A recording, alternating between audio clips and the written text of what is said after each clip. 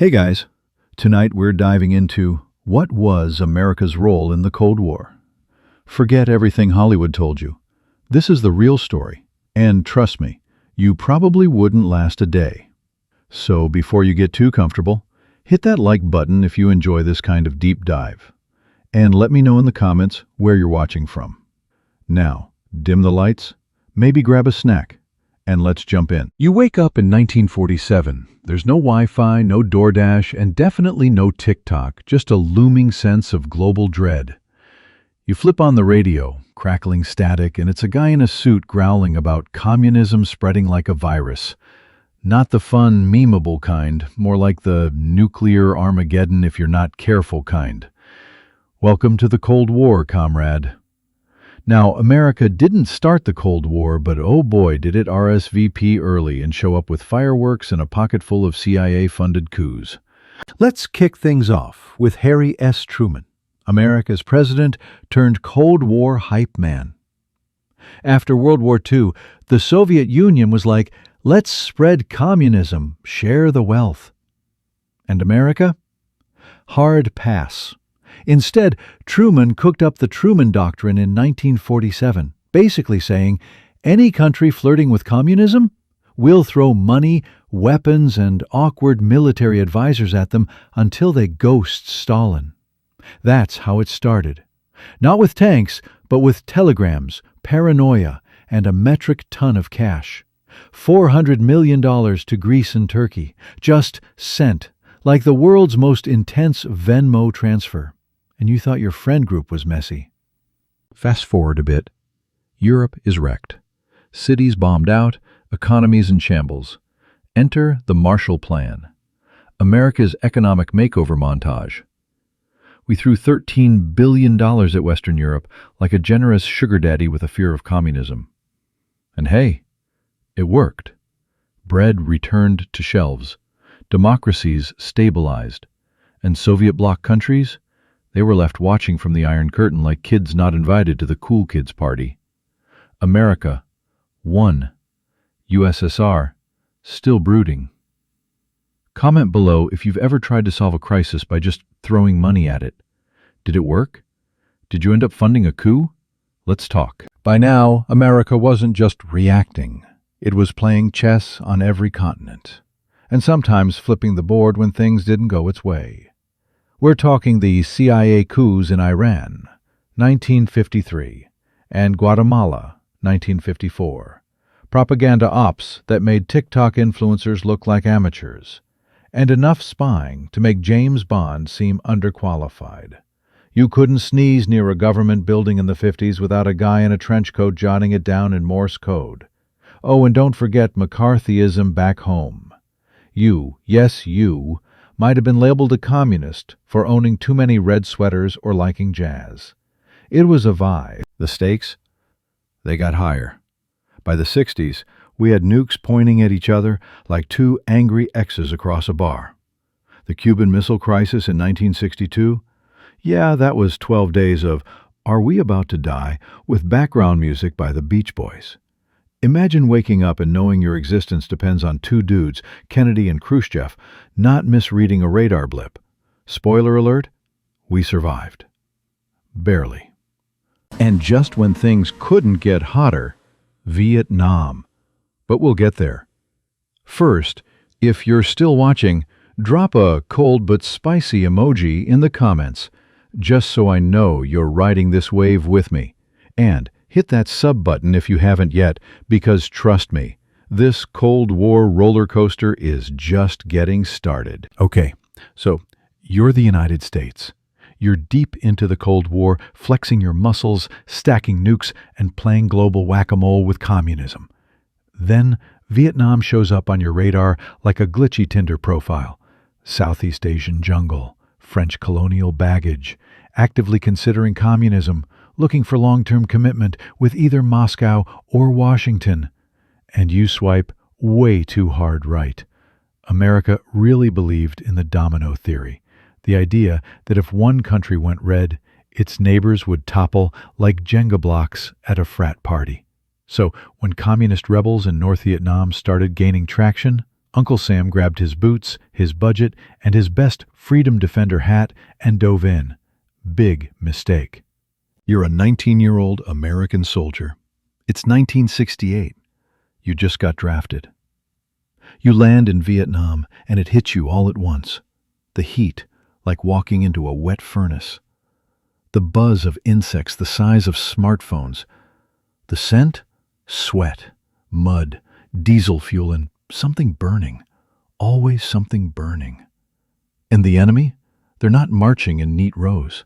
They're in the trees, in tunnels, disguised as farmers, melting into the jungle like shadows. Welcome to guerrilla warfare, baby. Back home, folks are watching it all unfold in color on the evening news.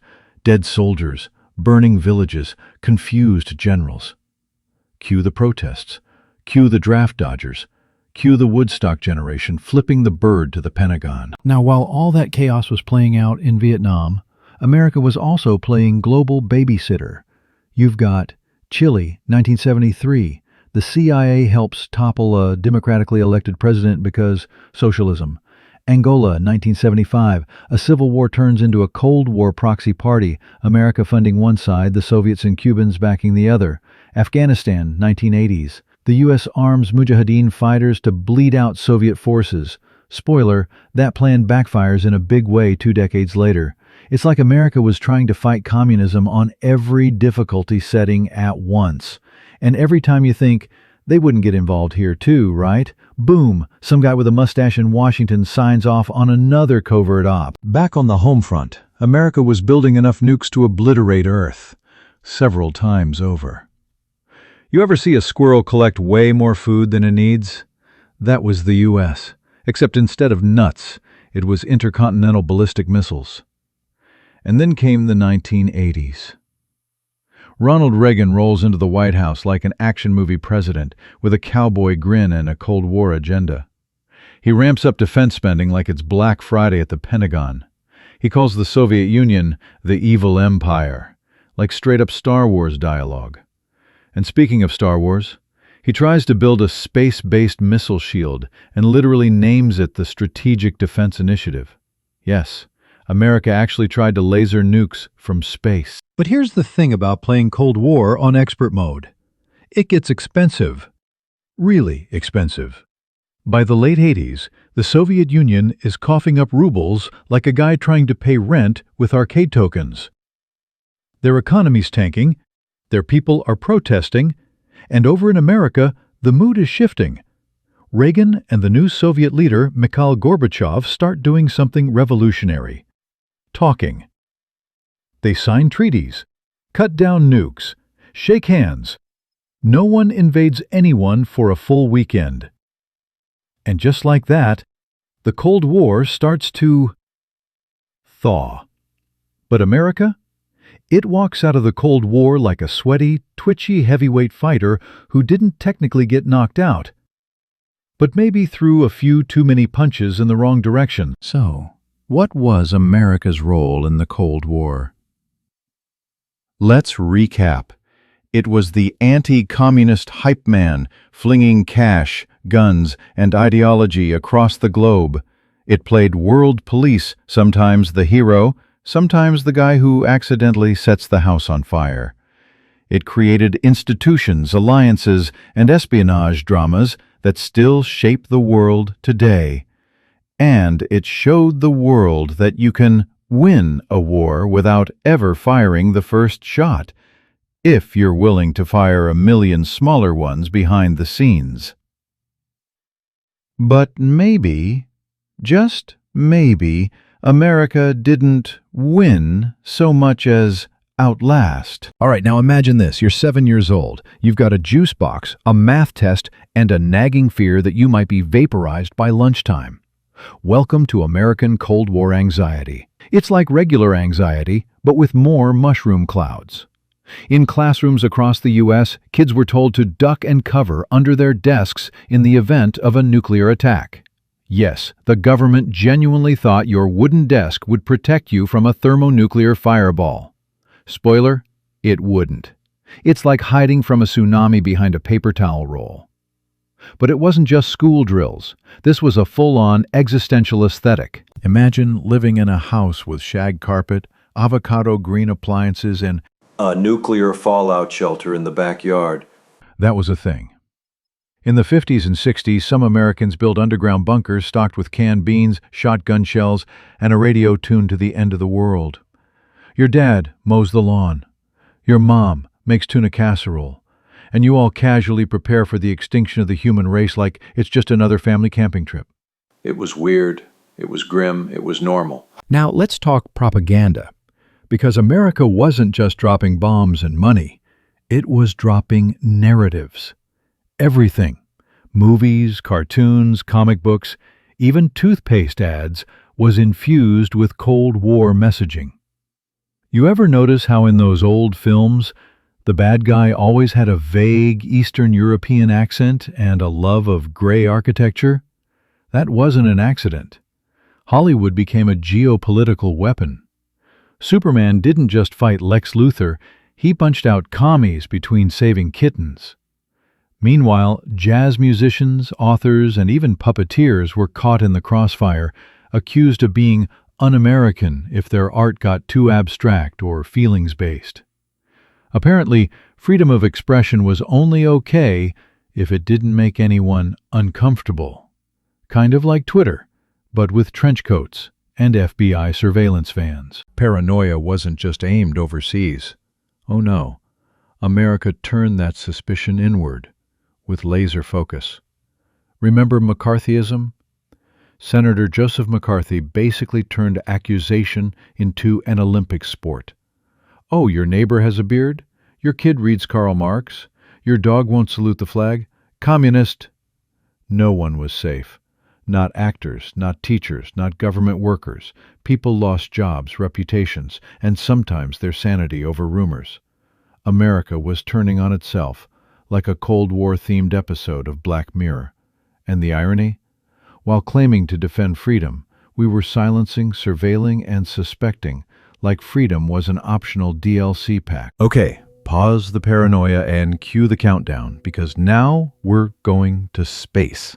This was the space race, and yes, it was 100% a Cold War flex-off. The Soviets got the first points with Sputnik in 1957, a beeping metal basketball that sent America into an existential spiral. The U.S. panicked. If the USSR could launch satellites, what's stopping them from launching nukes from orbit? So America dumped cash into NASA like it owed the mob. And in 1969, boom, Neil Armstrong moonwalks while the whole world watches. And make no mistake, this wasn't just about science. It was about bragging rights. It was, hey, look, we touched the moon. Your move, Ivan. Comment below. Do you think the space race was worth the price tag, or was it just the world's most expensive flex? Here's the plot twist. Weirdly, the Cold War gave us some awesome stuff, like satellites, the internet, GPS, jet engines, microwave ovens. Yes, the same paranoia that had people hiding in bunkers also made your hot pockets possible, because when governments panic, they innovate fast. We got stealth bombers and floppy disks. The Soviets built nuclear-powered lighthouses in the Arctic, and we both spent decades figuring out how to destroy each other from orbit with lasers. Human progress, yay! Here's the million-dollar question, maybe literally. What did America actually gain from its Cold War role? On one hand, it stopped the global spread of authoritarian communism in key regions. It built alliances and institutions that still shape today's world order. It pushed boundaries in science, defense, and tech. But on the other, it left a trail of broken countries, overthrown governments, and civilian casualties. It funneled billions into bombs, while millions back home lived in poverty. And it turned fear into policy, and policy into trauma. So where does that leave us? America didn't just win the Cold War. It became something because of it. A superpower forged in anxiety, ambition, and contradiction. And now, That Cold War mindset, the us versus them, the good guy badge, the shadowy deals, it's still here, humming beneath foreign policy, showing up in spy thrillers, haunting our headlines whenever things go sideways with Russia, China, or anyone who doesn't follow our playbook. So maybe the Cold War never really ended. Maybe it just changed form. So let's say you're the world's most powerful country. You've got nukes, you've got jazz, you've got a guy in a suit yelling at the United Nations. But you want more. You want influence. You want to tip the scales without looking like the jerk. What do? You call the CIA. America's Central Intelligence Agency wasn't just eavesdropping on phone calls. They were toppling governments like it was a hobby. Seriously, this wasn't chess. It was Jenga with people's lives. Let's talk coups. Because during the Cold War, the U.S. got really into them. You've got Iran, 1953, Operation Ajax. The CIA ousts Prime Minister Mohammad Mossadegh after he nationalizes oil. Outcome? A U.S.-backed Shah takes over. Spoiler, it doesn't end great. Guatemala, 1954, Operation PBS success. Yes, that's the real name. The CIA removes democratically elected President Jacobo Arbenz because? Bananas. No, really. United Fruit Company didn't like his land reforms. Chile, 1973, CIA supports a military coup against President Allende. Enter Pinochet. Q, torture, disappearances, and 30 years of oops. Every time the U.S. saw even a whiff of leftist democracy, they reached for the overthrow button like it was the snooze alarm. But hey, freedom, right? Okay, buckle in because this one's a trip. Literally. The CIA, in all its Cold War panic, decided, what if we could control minds? Welcome to Project MKUltra, a real classified program where the CIA tested LSD, hypnosis, sleep deprivation, and other deeply questionable methods on unsuspecting people. Sometimes it was volunteers. Sometimes it was prisoners. Sometimes it was just random folks in bars, hospitals, and brothels. Yes, they literally ran a CIA brothel in San Francisco to drug people and watch through a one-way mirror. This is real. They wanted to find truth serums, break people's will, or turn humans into programmable assassins. Instead, they mostly got lawsuits, trauma, and a bad acid trip. So if you've ever wondered what happens when your government mixes paranoia, drugs, and zero ethics, well, this. So what was America's role in the Cold War? By this point, it's not just tanks and treaties, it's manipulation, media, mind games. America wasn't just the shining city on a hill. It was the guy in the van across the street listening with headphones and a black coffee. And here's the twist. Many of the countries where America meddled, they're still dealing with the fallout. Broken democracies, endless distrust, ghosts of coups past.